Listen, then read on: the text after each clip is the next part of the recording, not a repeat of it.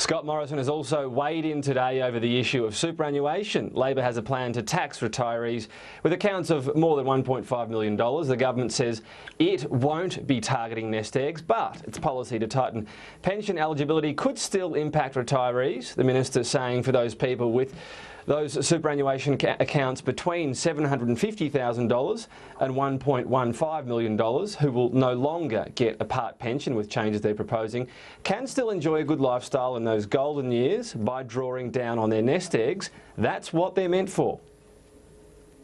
Tax incentives to superannuation are provided so people can build up their superannuation and they can draw down on it in their retirement. It's not there as an inheritance program, it's not there as a wealth transfer program, it's there so people can save for their retirement and have a great standard of living, a good standard of living in their retirement.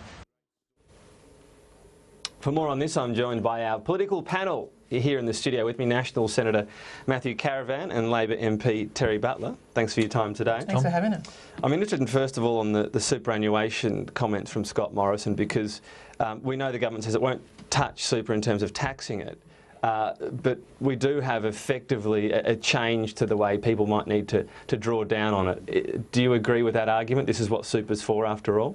Well, super is your money. Super is my money. It's your money, Tom. It's what we put away in our working lives after we've spent other things that we need to do. Now, it's not like inherited wealth. It's not like, you know, your mother and dad had silver spoons and you had one in your mouth when we were born. Super's exactly not like that. It's actually the outcomes of how hard you work and how well you do in life. Now, we still want to have a progressive income tax system which makes sure we have equality, but we also want to reward people who do save their money and who do put things aside. And what I'm really concerned about Labor's approach is that the way they're going to clean up their mess and their overspending in the last few years is to tax the very people that try to get ahead in life in their own way and be self-made. Just on the impact, though, Senator, when it comes to basically people at the moment who have more than $750,000 in their account no longer get the part pension, they can still have that better lifestyle than someone on the full pension, say, who has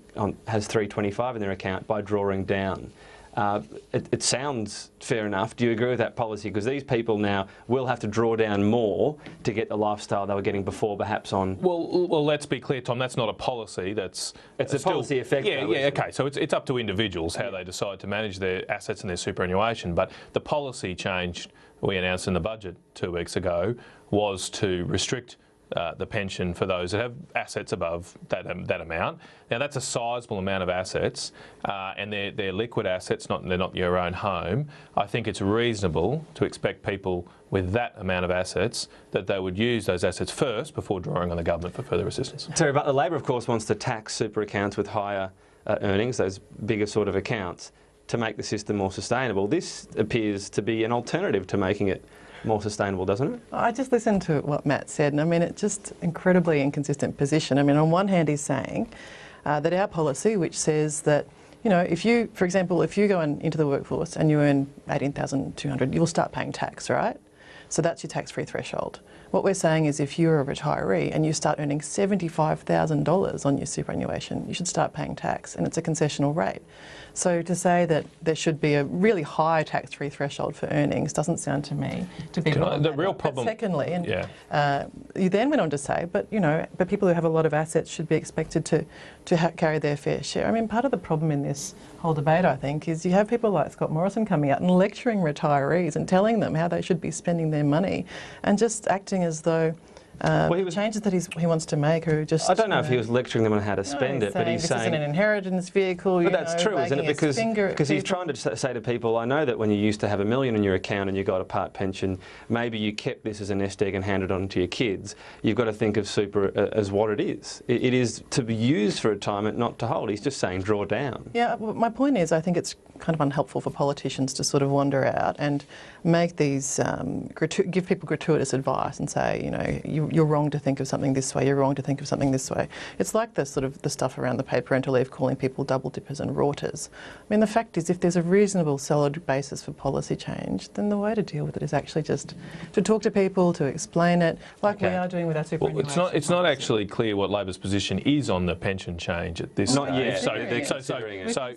But we're being upfront upfront with people here, Tom. The Labor Party aren't. No, we're not saying that you have to make certain decisions in your life. What we are saying is before you expect other taxpayers and the government to help you out, you've got to help yourself out, right? And that's a firm bedrock philosophy of our party. It does seem to be saying it's a different way to make this system more sustainable, if you like, in terms of the overall retirement picture, isn't it? So it's interesting to see a sort of a shift in the Well, that's suggestion. our view. Now, the Labor approach is to tax people who have put money away in their superannuation, hard-working people for their entire lives have done that, and now to change the tax system after they've done that, which I think is inequitable. The other point to make about their policy is that $75,000 a year does sound like a lot of money. The problem is superannuation accounts go up and down. Returns on income go up and down very variably given how the stock market goes. So somebody in 1 year might get a 20 or 30% return on their superannuation balance, and suddenly they're going to be paying tax, even if they might not have a lot of money put aside. But it's just the vagaries of the market. On the earnings beyond the 75,000. That's right. Yeah, but they'll be up above. It won't be averaged. It won't be averaged. Yeah. That's sort of the tax-free threshold. The tax-free threshold is good for the income tax system because people generally have pretty equal amounts of money. They don't for superannuation. I do want to get onto the NatSem figures because. They always make for pretty interesting reading. It's independent modelling that they go out and commission and so on. But I'm interested, Matt Canavan, some of the reading there for some of the stay-at-home parents. I know it's a concern of yours. Were there any figures here that caught your attention? Well, the first thing I'd say, Tom, is I've seen a table. I haven't seen a report. I tried to find a report. It wasn't on Bill Shorten's website. It wasn't on the Labor Party website. My office called Bill Shorten's office and they couldn't find anybody who had the report. It's about 2 hours ago now. I'm still waiting for the report. If Bill has it and he's watching, my Twitter handle is @MattJCan and he can send it to me directly. Because I'd love to read it. I'd love to read it. NatSem do good work. But and I'm an economist. It depends what the question's asked, obviously, with these things. And the devil's in the detail. Now, you're right. I am very concerned about the relative position of stay-at-home parenting. The relative position. Just to jump in, the big one here, the big one that they're doing it on basically is still this family tax benefit Part B. And your latest budget is obviously one more palatable to voters, but family tax benefit Part B is still in there, hasn't taken effect. So if that does get passed, the lived experience suddenly with an easier budget for them is going to be a lot worse. Look, Tom, last year I voted to reduce family tax benefit B entitlements through the Senate. Indeed, the Labor Party did as well in that vote. They supported it as well. I firmly believe we've got to tighten our belts. We can't continue to keep spending what we're doing. A sole parent on $60,000, you had an example there of $55,000. Sole parent on $60,000 gets $20,000 in government assistance a year, according to Matt. Now that's a lot of money. Now, you mean they should tighten their belts? We're talking about the lowest quintile. What the NatSem modelling doesn't include the wealth tax we put in last year.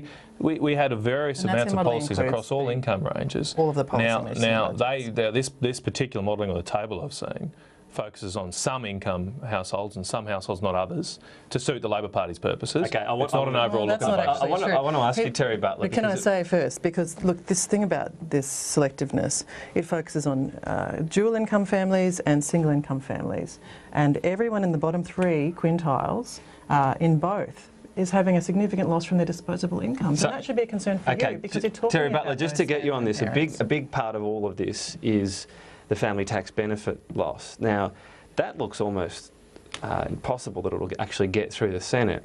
So you're sort of campaigning here on something. It's in the I know budget, that, but though, you're campaigning on something that probably won't get through. Let's actually look at the budget and analyse what the budget means for families. No, I know that, but what the budget, come up with an alternative. That's what we should do. What the budget means is still the lived experience here is different, and this is where I wonder if Labor continues to really centre its campaign on something that's not going to pass. Voters are going to get to the election and say, well, I know they say that I'm $6,000 a year worse off, but I don't know where that's coming from. So this feels like a scare tactic. But Tom, I'm not campaigning. I'm telling you what I understand about the effects of this government's budget if it is passed. And people have a right to expect the opposition to analyse what it means if the government's budget is passed. And this budget will take away money from the least, from people who are least able to afford it, from the lowest income households. It's over two budgets. From the lowest income households. The first budget after the Labor Party wasted all our money. So your argument is absolutely. Because people, both of our budgets are terrible for you. The very people that should be most concerned about. All right, the question you're going to have, Matt, when you say we need to tighten our belts, what you mean is that the people in the lowest quintile need to tighten Not at their all. belts. Everybody They're does. the ones who are going to get hit 7% of their disposable What I will income. say, what I would... And people who are I'm gonna- single income in the lowest quintile. I'm going to jump in. I'm going to well. quickly go to another element of the budget. Small business. Now, would a responsible accountant right now tell their customer, perhaps a farmer, maybe wait till this passes before spending $20,000 on something? I'm not in a position to give people financial advice. You've given your Twitter handle Tom. out already. Yeah, well, people can, They can put in complain their to you financial there. advice there. I think the government is very determined to make sure this measure goes through. I believe we probably have the support. It's more in the hands of, I think, Terri than it is with me. It's our policy is clear. Our policy is clear. Labor said it's our inching policy is clear. towards it, but if it emphatically said above all and beyond, we will support this, the uncertainty's gone. We have had a consistent position of supporting small business. We had the instant asset write-off. We had accelerated depreciation for motor vehicles. We had loss carry. So you support it? provisions. You guys, you So you're come gonna vote for in it? and you knock off these benefits for small business. Can you tell us more? Tell us more. You're going to vote for it. We'll You're going to vote So for it. you knock off the things that we do for small business, and then you go, a year later, oh, hang on a minute, maybe we should have an instant asset write-off. Come on, Matt. The thing you really missed there is that instant asset write-off was linked to the mining tax. No, and the no, mining no, tax no. raises no Because of money, the mining so we had to tax. get rid of it. I'm going to jump in there. on. We've heard both Give me a lines break. before. We're going to take a quick break and come back with more on the panel. Stay with us.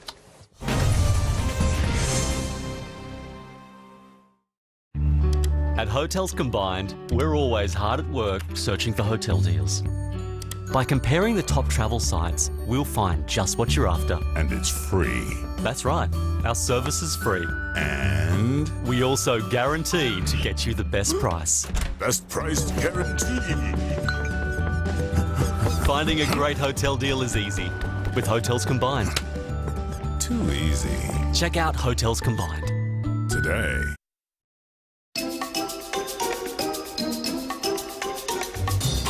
Watching patterns is how we help to stop fraud in its tracks.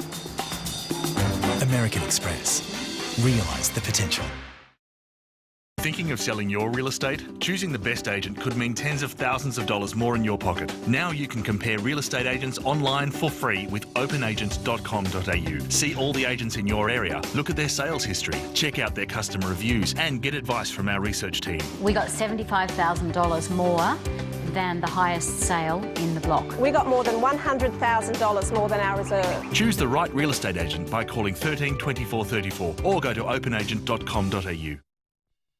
By 2030, nearly 60% of us will call cities home. And if we're going to meet our needs, we're going to have to rethink so many things that touch people's lives. So, how do we get there? For us, the answer is social innovation that uses our advanced solutions along with IT to help create a social infrastructure for generations to come. Hitachi Social Innovation. It's our future. Hitachi. Inspire the next.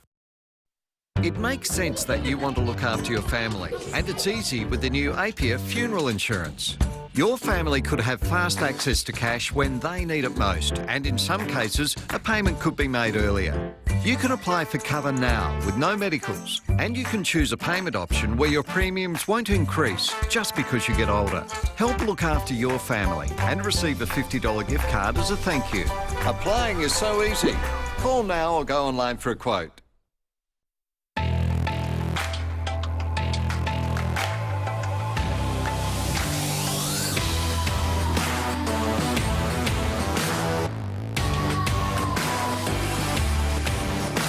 We move more than ever before.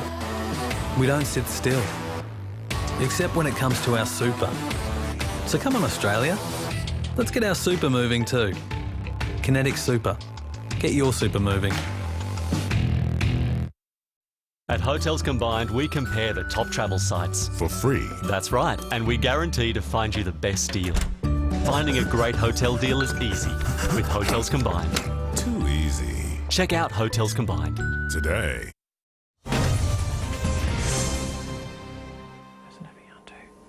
You're watching Lunchtime Agenda. We've heard a short time ago from the Prime Minister, Tony Abbott, making an announcement on national security. Now, he had a few things to say, and along the way he was asked about the Muslim community and any people that might be feeling alienated by some of the rhetoric out there, some of the comments. Here's what he had to say. There are some people who say that they feel alienated by this, but no one should feel alienated by the government's efforts to ensure that our community is as safe as is humanly possible, and no one should feel alienated by our determination to ensure that everyone in our country takes the citizenship pledge seriously. All our new citizens pledge their commitment to Australia and its people, our democratic values, our rights and liberties, our laws. That's what everyone does, and we think that those commitments should mean something. Discussing these issues with me today is National Senator Matthew Canavan and Labor MP Terri Butler. Senator, I might ask you first of all, the PM was asked about people that might feel alienated. He said, well, they shouldn't. If you are feeling alienated, it's not much of a response, is it? Just don't.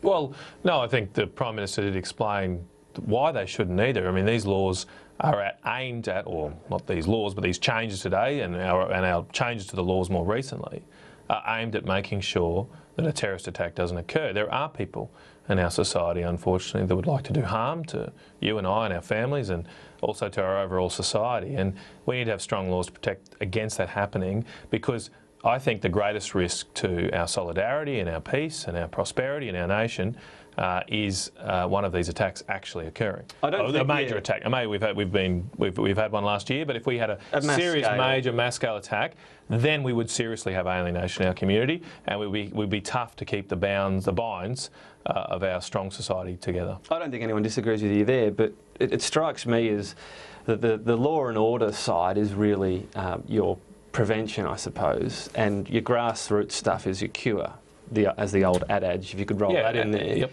But the law and order stuff, the prevention, maybe that's what it's a more visual thing, but really should more of the money and a lot of effort go into this grassroots stuff?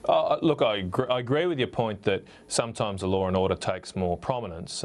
I believe it was $23 million in the budget, but I might be wrong, but it was around that amount of money was put towards countering online propaganda. And this is a measure in the budget, I think, that has been overlooked, but it's a really important one, because we're increasingly seeing young men often being influenced by propaganda online, and this money is to go to our intelligence agencies to try and counter that directly online in these communications in the dark net.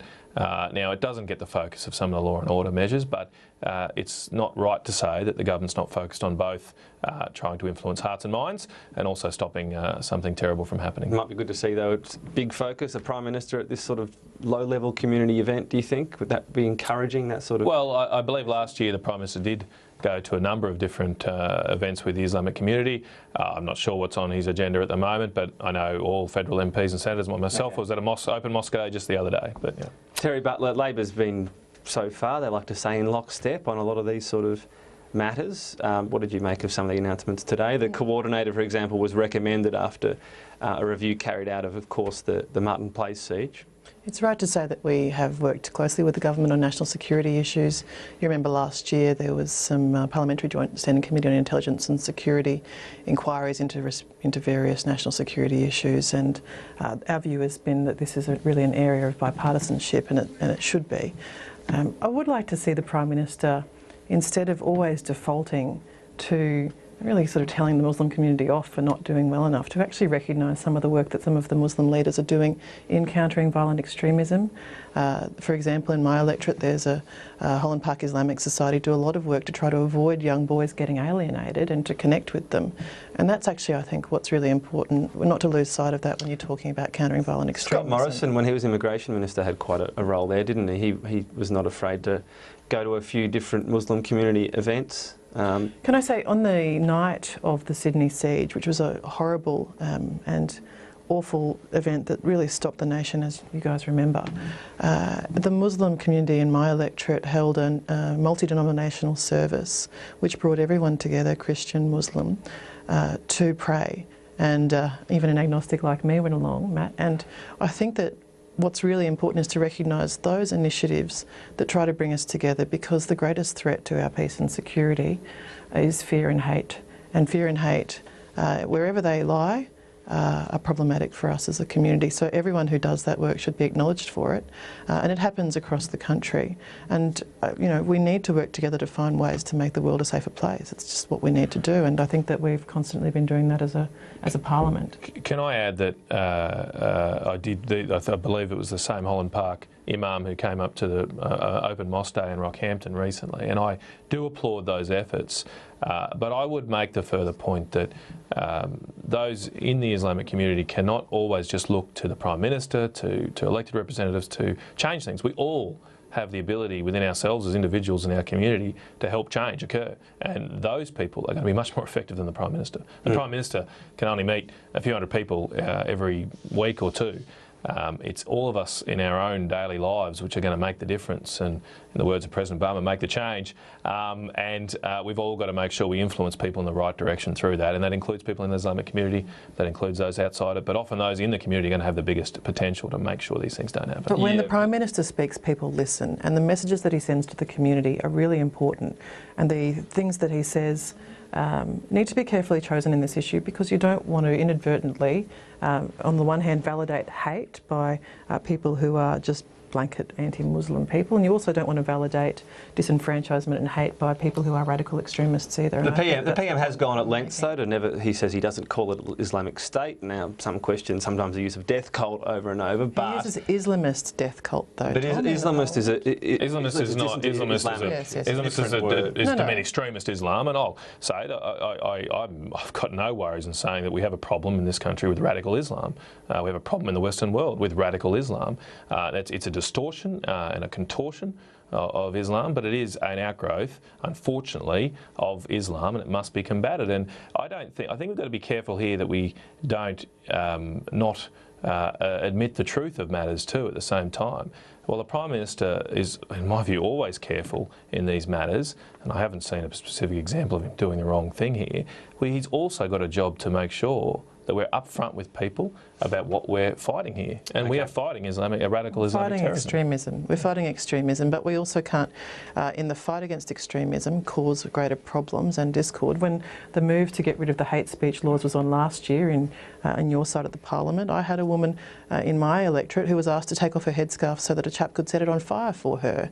Now, we have to be careful when we're dealing with issues of race, of religion. They are difficult issues. Of course they are. It's part of the difficulty that we have in human relations and in not understanding each other. We do need to be very careful about the ramifications of the thing that we do. And I was thinking particularly about last year the Prime Minister saying, oh, it would be nice if Muslim leaders got up and actually did something and did a bit more around this issue. Well, I think he's right about that. I think that what is done needs to be acknowledged, though, Matt. I think that is really important, because if we fail to acknowledge the work that is done, then we legitimise those who would like to create the wrong impression that in Australia there's some sort of attempt to undermine a particular religion or ethnic group. And I think when we overanalyse the Prime Minister's words in this context, we also risk doing the same thing. Okay. I think some good points made by you both there. I want to quickly cover one other topic. Environmental groups. I know this is something, a bugbear of yours, not environmental groups of themselves. Not all environmental groups. Not all of them. Now, the tax deductible, usually often charities. You have an issue, Matthew Canavan, when protesters fined or whatever it might be, they might chain themselves to a tree, and then that fine, there's a specific campaign online for people to donate to pay off the fine. Yeah, today we got Senate estimates this week in Canberra, Tom, and I asked the Department of Environment about this, and they did say that there's no prohibition against groups that receive tax deductions from the Australian taxpayer from openly and actively asking for people to donate, to make tax deductible donations to pay for the fines of people that have done the wrong thing. And I don't think taxpayer dollars should be going towards the payment of fines that break other laws that we put in this place. Terri Butler?